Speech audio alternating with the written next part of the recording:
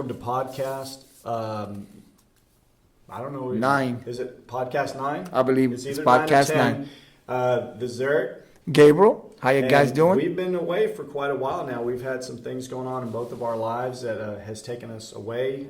We've had some illnesses. We've had, unfortunately, a death. Some stress with work, family. Yeah, you name it. Everything that's been going on that could possibly go on. But we're happy to be back, and we're going to talk about a couple things. Tonight here on Friday, what's the date? The 7th? I believe it's the 7th. February yes. 7th, excuse me. We hope that everybody that has listened to us before has been waiting with bated breath for us to come back. We're going to do a short podcast tonight about a couple things. I wanted to open up with one quick thing. President Trump went through his impeachment, and we talked about that in the past, and then it went to the Senate, and after a lengthy, about 4 or 5 day trial in the Senate, he was acquitted. I believe it was 52-48, with Mitt Romney crossing the line to vote along with the Democrats on the first impeachment charge, and then on the second one, it was 53-47, and he was acquitted again. That was, I believe, Tuesday.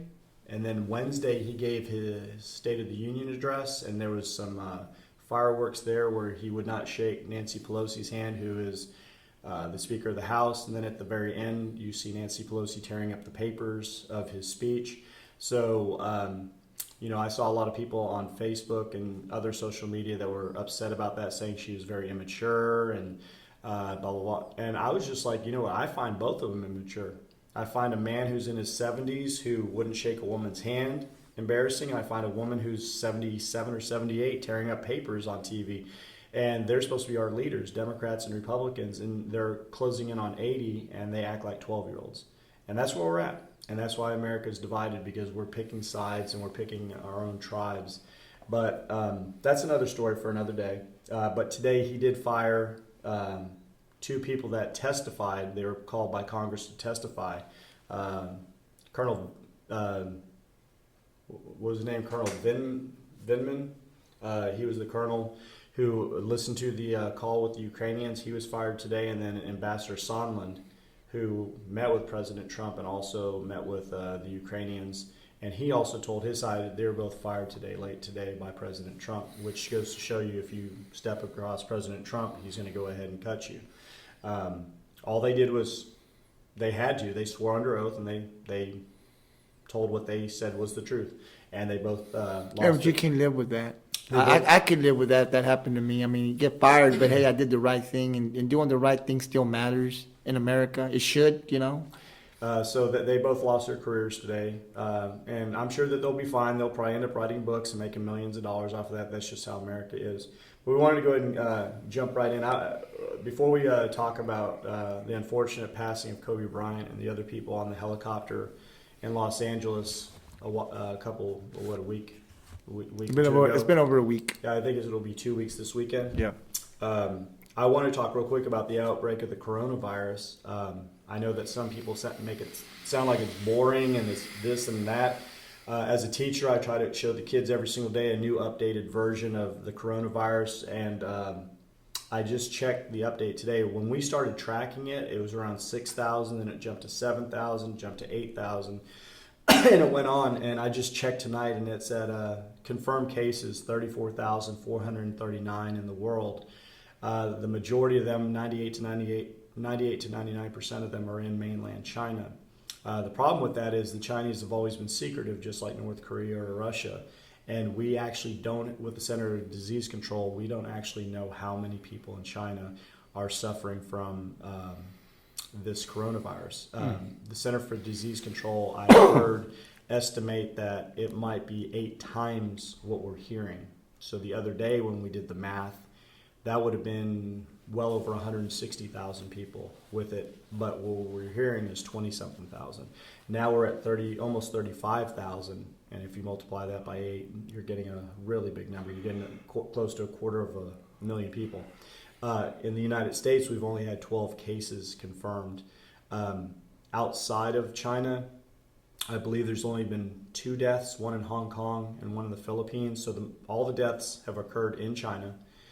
And the confirmed deaths so far, 720 people have died. And the confirmed recovered, which means people that have gone the distance through the coronavirus and came out the other side healthy, are now at 2,000. And that will continue to climb as more and more people get healthy.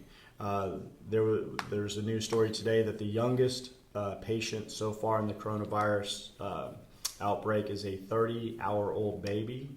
And they're trying to investigate now if it was contaminated by its mother or somebody at the hospital. It was in China, and the baby was literally 30 hours old and had already tested positive for coronavirus. So it's one of those things that is scaring people. And in certain parts of China, they've already run out of medical masks to wear around others. For anybody who's ever taken a cruise, I've never been able to do that, but for people that have taken a cruise, you understand how many people are on board. There's a cruise ship in Italy with 7,000 people. It's a 14-story, like 14 decks cruise ship, and it's in port, and it's going to be there for at least 21 days. Everybody is being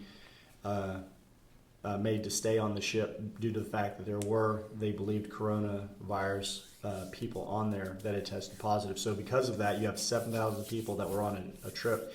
Now we found out there's 4 to 5 cruise ships in different ports in China that all those people have to stay on those, and those range between 2,500 people on the ship up to 4,000. So we're talking, you're getting into almost 20,000 people that are, maybe just over 20,000 people that are having to stay on ships due to the fact that they might be okay, but somebody else might have the coronavirus, so therefore it can be spread. The reason why the coronavirus is so scary to so many people is because it's from basically droplets.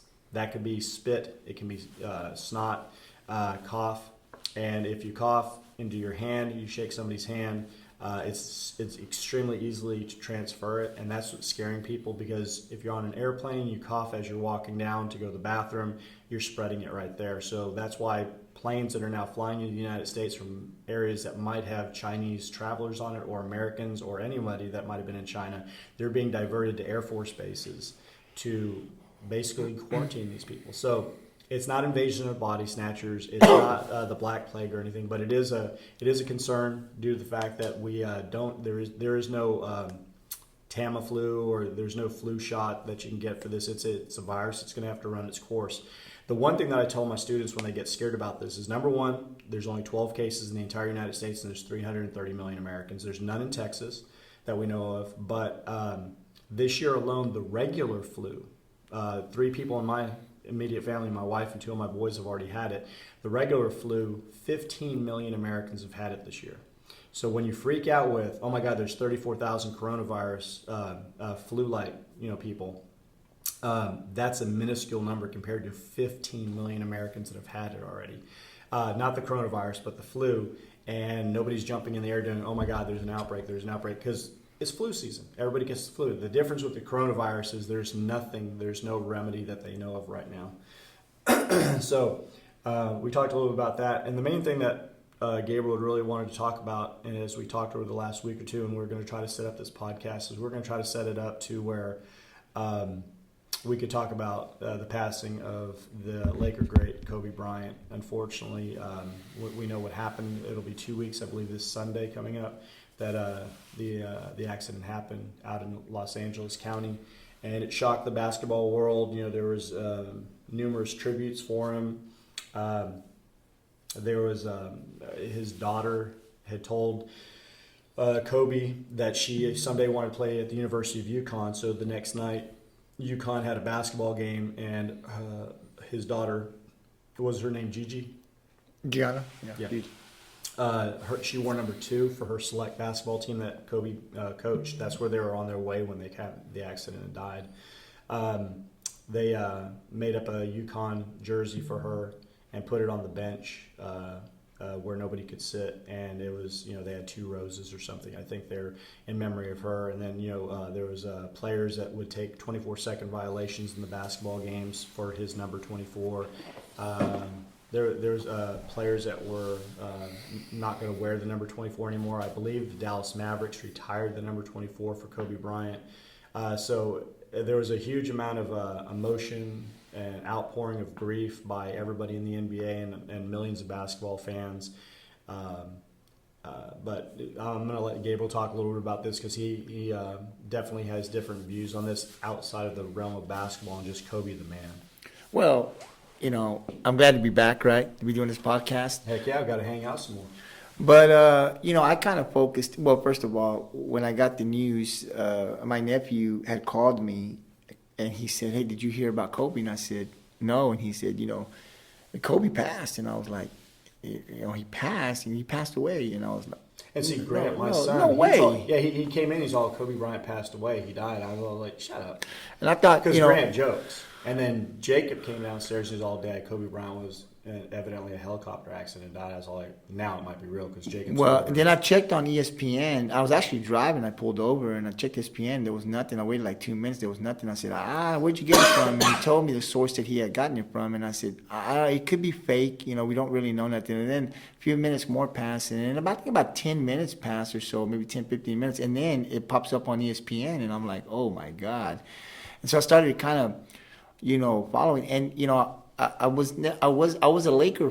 I like the Lakers. I've never been a Lakers fan. Always hated the Lakers. Boston Celtics all the way. Freaking hate the Lakers. I've never been a Laker fan, but I did really like to watch back when Magic and Kareem, because just that Lake show and if you like basketball, right, I would tune in to them because I just like watching. I was a Dallas Maverick fan back in the day. But I was the exact opposite. The Magic Lakers would run everybody off the court. They were so athletic, so fast, so dominant. And then I like the Celtics. Dennis Johnson slowly dribbling the ball up. They'd get into lanky-ass Kevin McHale, who looked like Fred Munster, turnaround jumper or layup. Robert Parrish, old as hell. Larry Bird couldn't jump. It was like a blue-collar versus this awesome athletic team. Yeah. That's why it was so good the 80s. And, and so I watched them. And then when Kobe and Shaq, came on the scene, I wasn't a Laker fan at all. Because I was the Spurs. Yeah. And they always went up against my Spurs. But, I've always said this. The closest thing to Mike, in my view, is been Kobe. But that's just my view, just the style. And I believe he was the closest impersonator. Because if you look at his turnaround jump shots and all that other stuff, he was trying to be Michael Jordan. But there'll never be anything close to Mike. No, there'll never be something like Mike. But I think in terms of they had a killer instinct. Kobe had that same. That is the one thing. Yeah. The one thing I respect about Kobe Bryant was that he was willing to give everything on the court at any moment for anything. He would get onto his teammates, but he would also give every part of himself. He wouldn't leave until the last piece of sweat drip. And if they lost, he would try to go back and figure out. I'm not dogging LeBron James, but if LeBron James had that alpha personality that Kobe, that Michael, that Larry had, it might be LeBron being the greatest player of all time with 9 rings and no losses in the finals instead of 3 and 6. Because I honestly believe Kobe Bryant, that's the one thing he had well over LeBron any day of the week, is he hated to lose so much with every ounce of energy that he would do anything to win that game. He would bite, steal, dive for the ball, and you don't see that a lot. No. You see guys trying to protect themselves to get that paycheck. And you have to admire, his game, whether you were a fan of the Lakers or even a fan of Kobe, right? But if you love basketball, you had to admire his work ethic and and just the way he played the game. And that's where I compare them. Is they both had that killer instinct. I mean, they wanted to win so bad. They were, sometimes there were some nights they were unstoppable. He was unstoppable. He goes off. But being a Celtics fan, I hate everything about the Lakers. I hate the Lakers. I freaking hate the Lakers. But I'll be the first person to admit that if he could have swallowed his ego and didn't go to Dr. Jerry Buss, who owned the team, and basically said either you keep me or you get rid of Shaq behind Shaquille O'Neal's back, they could have won multiple. They had just won 3 in a row, and he literally goes and he says, I have to be the man. And they were saying Shaq's getting a little bit older, Kobe's young, and Kobe didn't win again until he got Bynum and he got Gasol and some other players. But the thing is, for those 3 years they were so dominant, they kicked the crap out of everybody in the league, and they won 3 straight championships, and still ego outweighed titles. And that's the one thing that I can't really say about a lot of other players, that they would sit there and say, I don't care about the money, I don't care about the fame, I want the team. And I mean, the Spurs might not have won some of the championships that they won if those two would have stayed together. I mean, the Spurs were an excellent team. That's a fair assessment. But that was a really, I mean, those were two great teams of the early 2000s that duked it out. But when he got O'Neal to leave, I think, for those several years, the Lakers dipped down a little bit, and Duncan and them were the exact opposite. No ego. Let's go out there and put the ball in the hole. Yeah, that was team play. But we're talking about Kobe today. We're not going to get into rehashing the old NBA. But I do think that if Kobe could have swallowed his ego a little bit, I think that we'd be talking about him and Shaq the same way as Bill Russell, as in like double-digit final. I'm not trying to talk out of my ass here. I'm saying they had won 3 easily. Oh, yeah. And they were young. Yeah. And they could have played another 7, 8 years. They could have finished with maybe 9 or 10 titles. That sounds crazy to some people, but I'm telling you, they were that dominant, if you remember. And to allow your ego to overtake where it's got to be my team. And they split it up. And but then for you as a Spurs fan, you got to enjoy it. You won championships. But now that you say the ego too, see, that's kind of where I focus now with the passing of Kobe Bryant, right? Because you get all these things, you hear all these things in the media about how he wanted this and how he was selfish, and then toward the end of his career, where he's getting paid 24 plus mil a season, and you're kind of like, man, it was year by year, almost like what LeBron does to teams now. And and so you're like, man, you're not even in your prime anymore. You're actually past some injuries. And because they had to pay him so much, if you're a Laker fan, I'm thinking, man, our team just can't get up. We can't bring any other players because we're paying Kobe so much. So you were basically paying him for what he had done. So you get all these reports, right? And you're just thinking selfishness on this guy and stuff. And so you're like, man, I don't know, how selfish can you really be? I'm going to talk about myself. I started thinking, man, was really never a Kobe fan, right? But then you say all these things, man, how selfish can you be? Because you got another superstar in San Antonio who's playing for $5 million a year, possibly, arguably the best power forward to ever play the game, getting paid $5 million. Kobe Bryant, just about as good as Duncan or better, right? And getting paid $24 million. So I'm thinking, wow, my guy over here, man, really wants. This is a team guy. He's already won a championship. You say, man, I'm gonna get paid 20-something mil, but he's getting paid $5 million because he wants to win a championship. Kobe's getting paid 24. So I'm getting all these images about Kobe, and man, I'm not really liking what I hear about this guy. But then the passing happens. And then you start hearing all these things that I didn't know. And so I focus more on Kobe, Kobe the basketball player, Kobe the human being. Before we go into what you heard after the passing, let's talk about the day of the passing. The day of the passing, now that we know more information, we know that even the Los Angeles Police Department had all their helicopters grounded. The Los Angeles County Fire Department had all their helicopters grounded. It was such horrible weather that nobody was allowed to go up in the air. Now, Kobe Bryant, he's a superstar. He's an athlete who made hundreds of millions of dollars, and he's very famous, and he was going to coach his daughter's select basketball team. They did not feel like making the drive with all the traffic. If you've ever driven in California, especially in Southern California, you can be in traffic for hours. Don't ever complain about Austin. Go to LA and check it out. I've been in it. And so what happened is they had a special helicopter. It was a very expensive helicopter, and they basically rented it out. Should they have had clearance? That's the question that people ask for years. The problem is they got clearance because of probably who Kobe Bryant was. And he's all, hey, let's get this done and stuff. We got to get to this game. He probably was not, there's no way that he could have thought the danger that was waiting ahead of them. But what we found out is that in that helicopter, although it was expensive and it was made for basically select people like superstars, the Kardashians and other actors and actresses, it was missing 3 vital components inside when it's in bad weather to go ahead. It's almost like a radar or sonar, not sonar, but radar, something that can go ahead and check in foggy conditions if there's flying too high or too low. And unfortunately, in their case, those 3 things probably would have averted the accident that happened. I've heard that on one of the almost crashes, they were only 20 feet above a hill, and the helicopter pilot, who was experienced, he couldn't see. It was so foggy, it was so bad. They shouldn't have ever been in the air, but they were. And they said that they skimmed the top of a hill or a ridge, and they had no idea it was there until they started to pass it. And when he looked down, evidently they heard on the him reporting back to different people. He's all, wow, that was really close. And they basically, the first report was that the closest they came before the crash was 100 feet.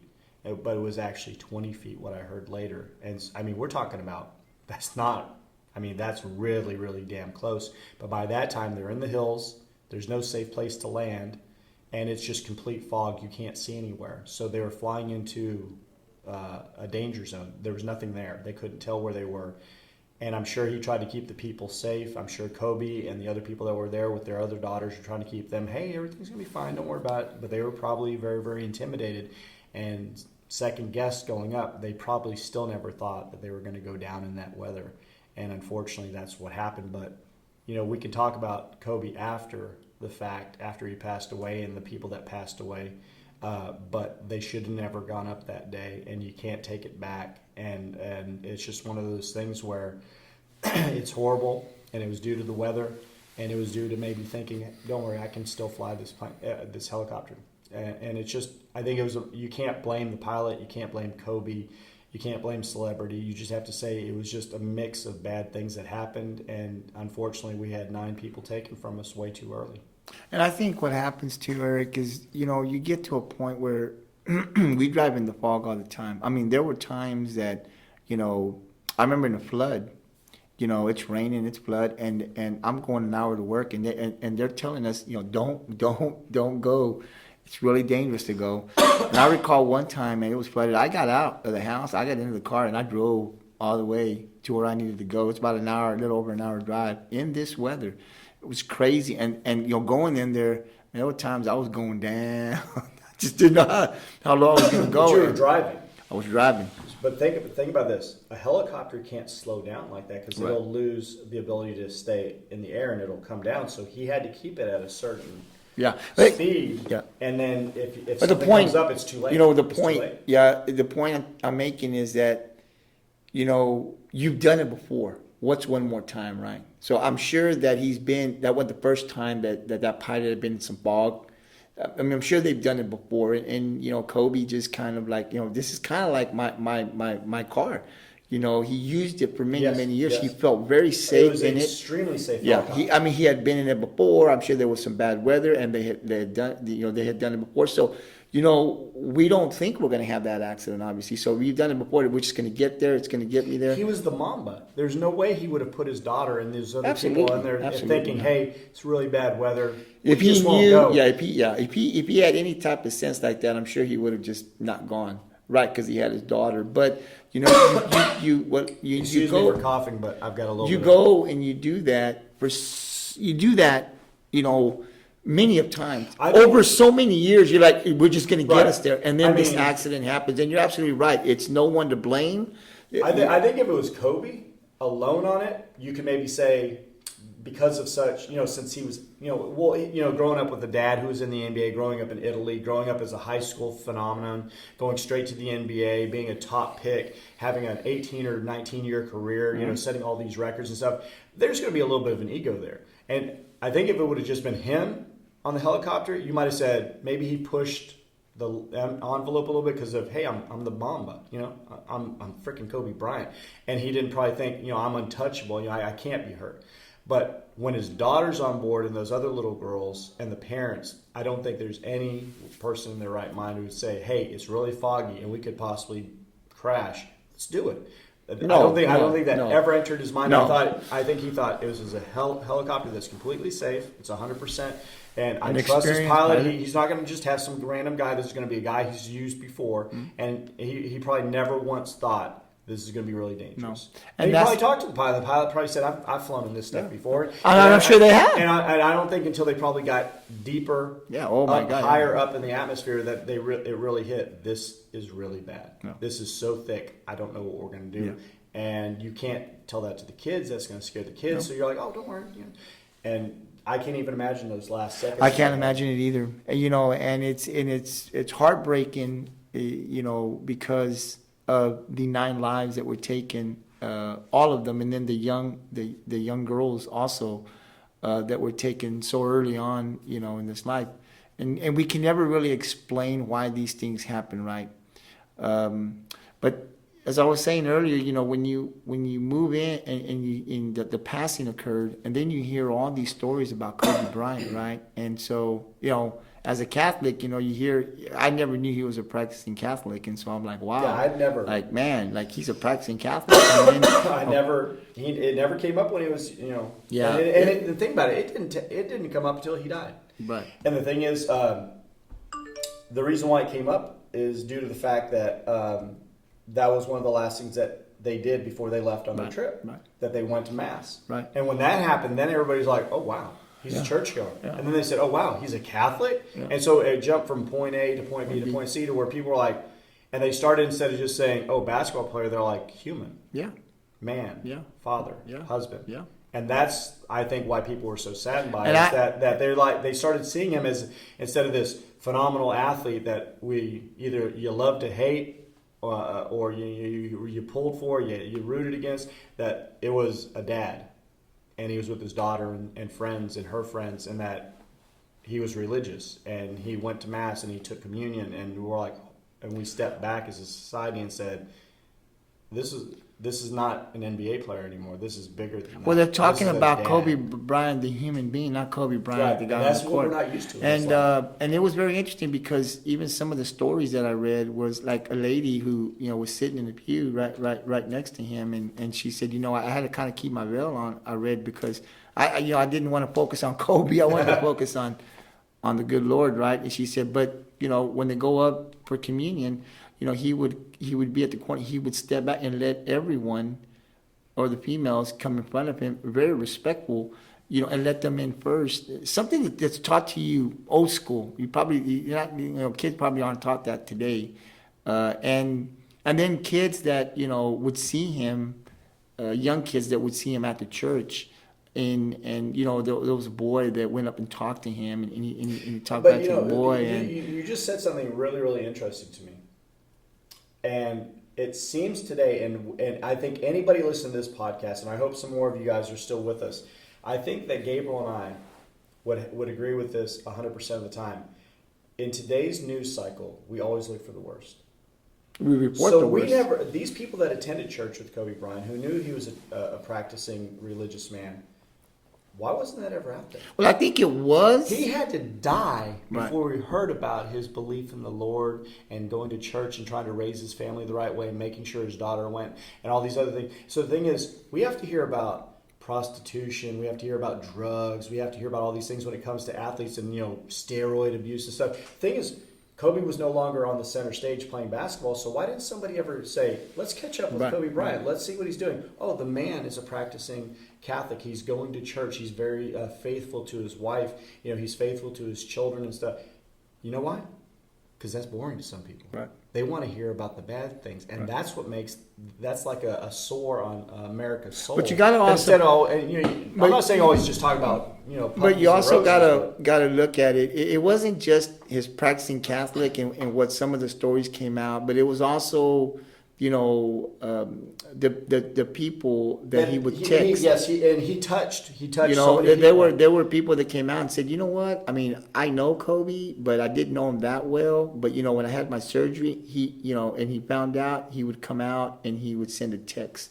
And to me, that says a lot about a person. Because when people come out and say, man, he cared. This man cared about the sport that he loved. And he looked out for other people. Once he got out of the sport, I was done playing, but he cared about it. And there were people that came out and said, I didn't really have a relationship like other people do where we're close. I knew him, and through an interview, but I didn't know him that well. But when I had my surgery, I get a text from Kobe. If you need anything, I mean, to go out and to reach out to many of people, and all these stories come out now, I think are beautiful. But you're right. I wish that they would have been told why he was here. Because a lot of people have predetermined notions about people from when they played a sport or they were in a band or, I'm talking about famous people. And what's sad is that sometimes after they pass on or something, we get to hear the good stuff. And we're like, we should have heard that beforehand. Yeah. So that, and I know we're not supposed to pass judgment on people and stuff, but we are human.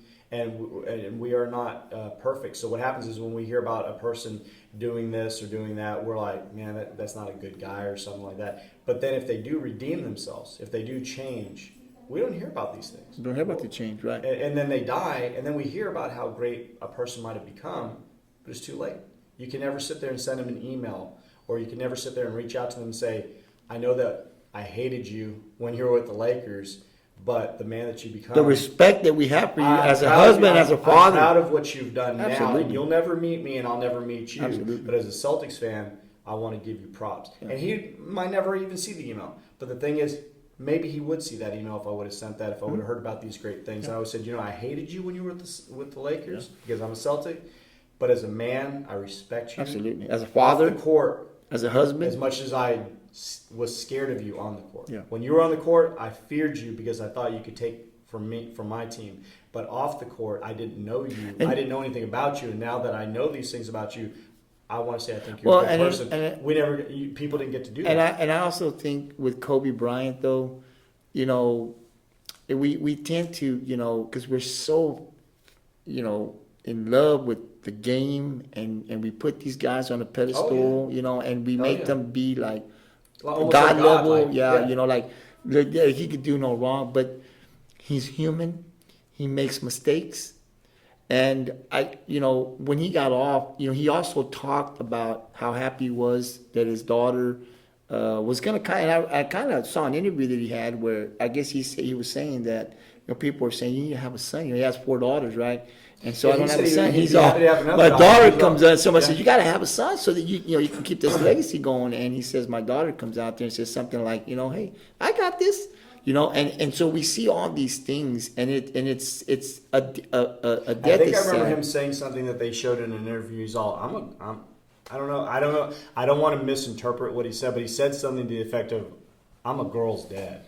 As though to say, it's fine. I got 4 girls. Right. I don't mind if I have a 5th. Right. I love my little girls, and it didn't matter if they were boys or not. And your heart goes out because the husband that he was, the husband that was known, forget about what happened, 10, 15, 20 years, right? But at the time of his passing, the man that he had become, think about how long he was in our conscience. Toward his wife, the father that he had become toward his daughters, the change that this man was making, and the good that he was doing outside of basketball. Just put that to the side for a minute. But Kobe Bryant, the human being, it was awesome. But think about it this way, and it still kind of blows my mind. We watched him for nearly 2 decades play basketball, right?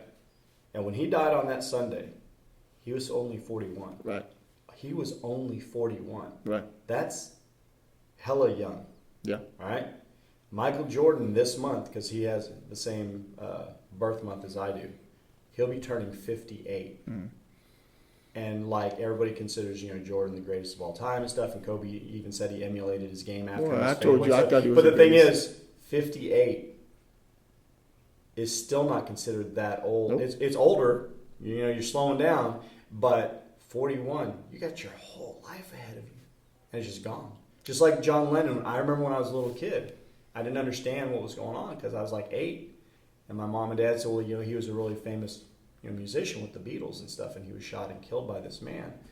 And I was like, how old was he? And they're like 40. When you're 8, that sounds like an old person. You're freaking old. And now that I'm well past that, I'm like, he did all that, and then he got taken at 40. Kobe got taken it. But see what we're still talking about? We're not talking about Gigi. She was only 13. Or the other little girls that were on there, they were only 13. They're never going to have the rest of their life. So even though we don't mean to focus on Kobe, he's still the center name instead of the parents that were also on that or the helicopter pilot.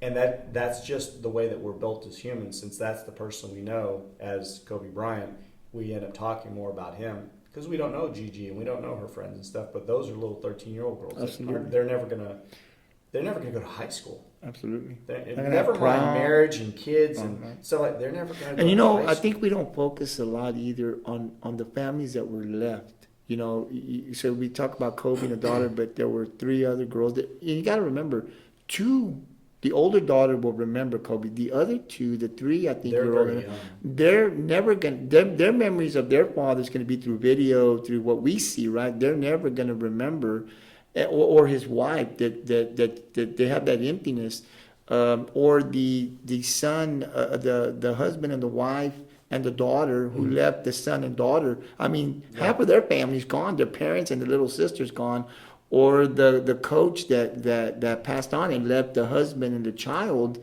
alone with the kids. It's just, you also don't focus It's on like the everything families stops. that are It's left. like stops. And And, it- and those it- are sores and cuts that'll never heal. And let me say this with the passing of these 9, people. That's why we talk about the things that matter in this world, right? The fighting that you do,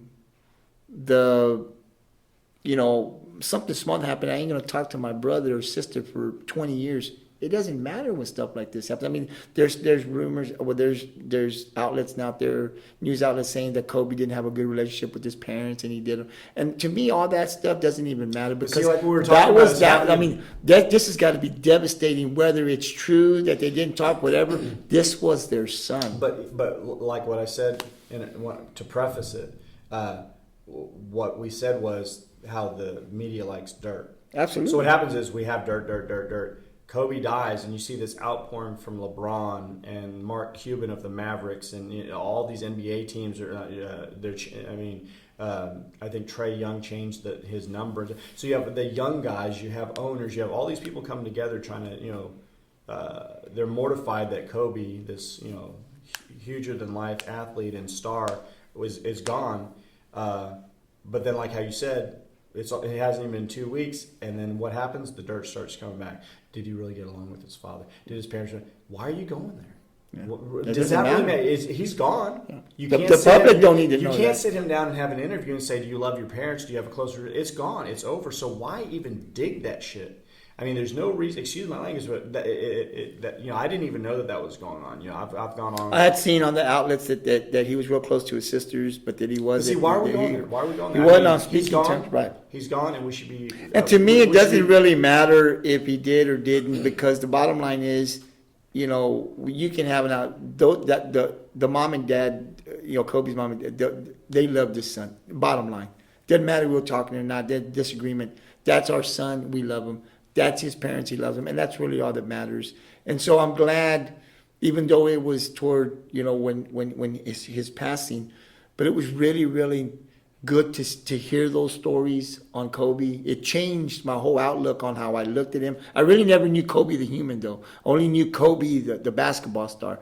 So it was good to get to see a picture and hear stories of Kobe the human being, the father, and the stories that people came out and said afterwards.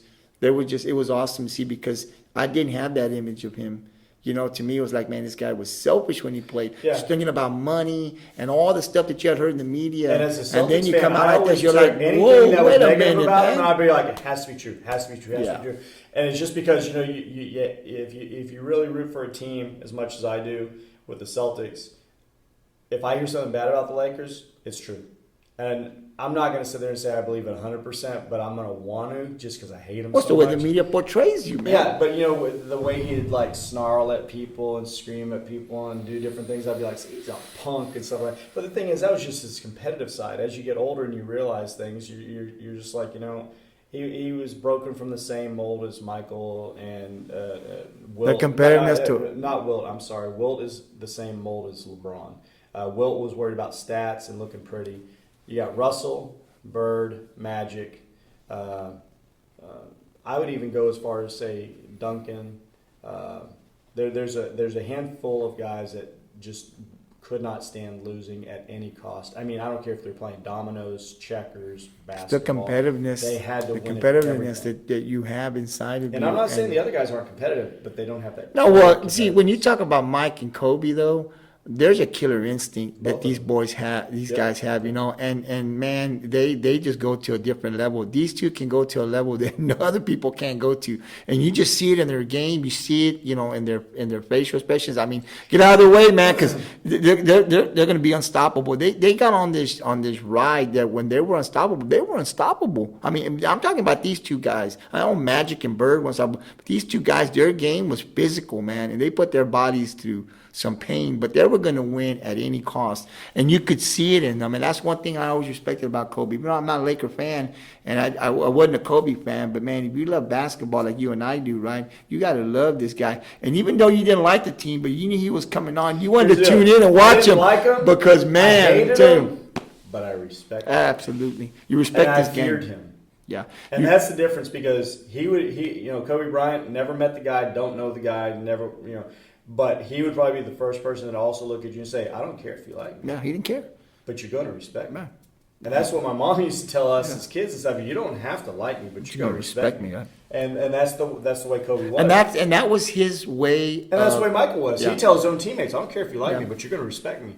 And that's why he has 6 rings. And so again, I was really glad to see that other part of him. And I'd like to be able to do another podcast. This one was just mainly on Kobe and Also, little we on wanted to his get back on the podcast since so many things have been going on in our lives. But I also would like to take some, and maybe next couple of days we can do a podcast and really just talk about the other families, because they get forgotten in this whole thing, and they were on that plane, and a death is everybody. We're all going to take that path, and we don't know how we're going. But I also like to focus and talk a little bit on a podcast about the other families, kind of see what kind of background we can find on them. I know the one was a baseball coach, and I like to kind of talk about him because he won some champion. I mean, he did a lot of good. I'm sure they all did. He wasn't at Kobe level as in popularity, but he also was wealthy and had done really great things in his career. He had a lot of people that respected him and what he did. There was a coach also that was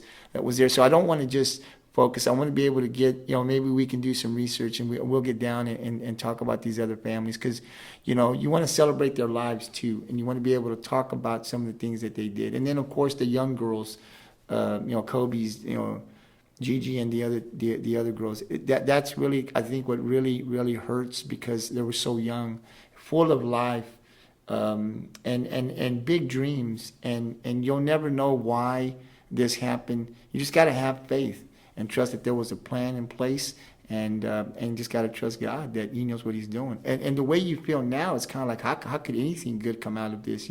How could this be happening to us? I've lost half of my family. I've lost my parents. I've lost my little sister. I've lost my wife. So you can't imagine anything good. So, and then you start to question, I guess, God, why does this happen? Why do I feel this pain? We just got to trust. And I've never gone through anything like that, and I would never want to. It's a horrible thing. And that's why I think they need the support and celebrating their lives and talking about them. It's what we do in my family. When we lose a loved one, that's what we do, man. We get together, one's missing, we'll call family members and we'll cry and we'll talk about it and we celebrate their lives, and it helps us get through. So I'd like to be able to also, focus on the other families as well, maybe do another podcast on them and spend some time talking about what they were doing and the good that they did, and even the young girls and the dreams that they had, because I think it's just as important as we talk about this legend, Kobe, who also passed, with these other 8 human beings. Well, we're going to go ahead and call this podcast a night. If you do have loved ones out there, and we have not been emotional or overly dramatic in any of these podcasts, we just basically talk and have stats and stuff. I just wanted to say a couple things. Several weeks ago, I was blessed, and I know some people think that's not the appropriate word, but I was blessed to be able to see my favorite band of all time twice, in Houston and then in Austin, and I got to see them the second night with my wife. The last time I had seen them was almost 4.5 years before, and my wife got very, very ill on that trip, and we did not know what she had. And now she's healthy, and the disease that she has is in remission because of some wonderful medicine. But for her to be able to go to a concert of a band that I've been following for 30 years called the Ocean Blue, They're a wonderful band from Hershey, Pennsylvania, and they're our age. They've been putting out music for 30 years, and they're my favorite band. Gabriel loves their music, and we've grown up listening to them. I want to give them a shout out for being so nice and so courteous for when they got to meet with my wife after the band got done playing in Austin and shook hands, and she was well and she was healthy this time, and she apologized to them for the last time when she was ill. And Bobby Matan, who's the bass player, is one hell of a guy. Dave, the lead singer, is a really nice man, and Steve Leo, he's the fifth member of the band. He does everything for these guys. He's a great man, and he actually subscribes to this podcast, and I hope he listens to this one. I want to give Steve Leo of Pennsylvania a huge shout out for being a great man and always being kind to me and my wife, and hope someday to share a pizza up in Pennsylvania with you guys. Like I said, Gabriel lost a loved one recently around the time that Kobe passed away, and she was a very nice woman, very caring. She was like a second mother to Gabriel, and so he's had to go through that. I had a medical emergency with a family member this week where they had to be rushed to the hospital, and it was scary. So I'm ending this podcast letting you know that everything we talked about with Kobe, the coronavirus, anything, if you're close to your loved ones tonight, don't take it for granted. Hug them, give them a kiss. Even if they think that you're being silly, tell them how much you love them. Give them a kiss if you have kids. Give them a kiss no matter if they didn't do the dishes, they didn't do the laundry, they didn't do their chores, because you only live once and you're only here once, and you should spread love more than hate, and you should appreciate everything that you have in this life because it can be gone in 1 second. Absolutely. So we hope that everybody out there is well, and we hope to do another podcast. And I'm not trying to have a downer at the end, but we love you all. We hope that you're still listening, and check out the Ocean Blue. I freaking love them. Take it easy, guys. Take it easy.